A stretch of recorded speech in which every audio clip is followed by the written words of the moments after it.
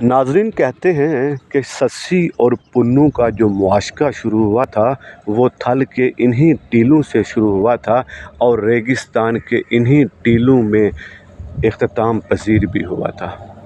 कहते हैं कि जब पुन्नू ऊंची ऊंची आवाज़ में रेगिस्तान के इन्हीं टीलों में अपनी महबूबा को पुकार रहा था, इतने में एक बादशाह सलामत शिकार खेलने की गरज से थल के इन्हीं टीलों में आया।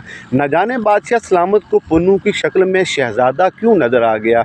बादशाह सलामत ने अपने वज़ीरों और मशीरों को हुक्म दिया कि इस आदमी को मेरे महल में लाया जाए।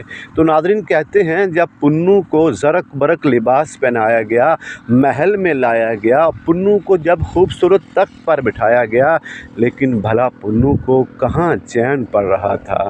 कहते हैं कि मोहब्बत और इश्क की अपनी ही एक ज़ुबान होती है, इनकी अपनी पोशाकें होती हैं, इनका अपना एक लिबास होता है। न जाने पुन्नू के दिल में क्या सूझी कि आधी रात को छुपते छुपाते वज़ीरों और मशीरों का पहरा तोड़ते हुए दोबारा रेगिस्तान का रुख किया। अब ऊंची ऊंची आवाज़ से अपनी महबूबा को जब पुन्नू पुकार रहा था, इतने में एक हिरन वहाँ से कहीं से नमूदार हो गया। न जाने पुन्नू ने हिरन के कान में क्या कहा। हिरन अनदेखी मंजिल की तरफ भागता हुआ न जाने कहाँ अटकेलियाँ भरता हुआ चला गया। न जाने कितना अरसा पुन्नू ने इसी रेगिस्तान में अपनी महबूबा सस्सी का इंतज़ार किया होगा। कुछ अरसा के बाद हिरन और सस्सी दोनों दोबारा इसी टीले में आती हैं।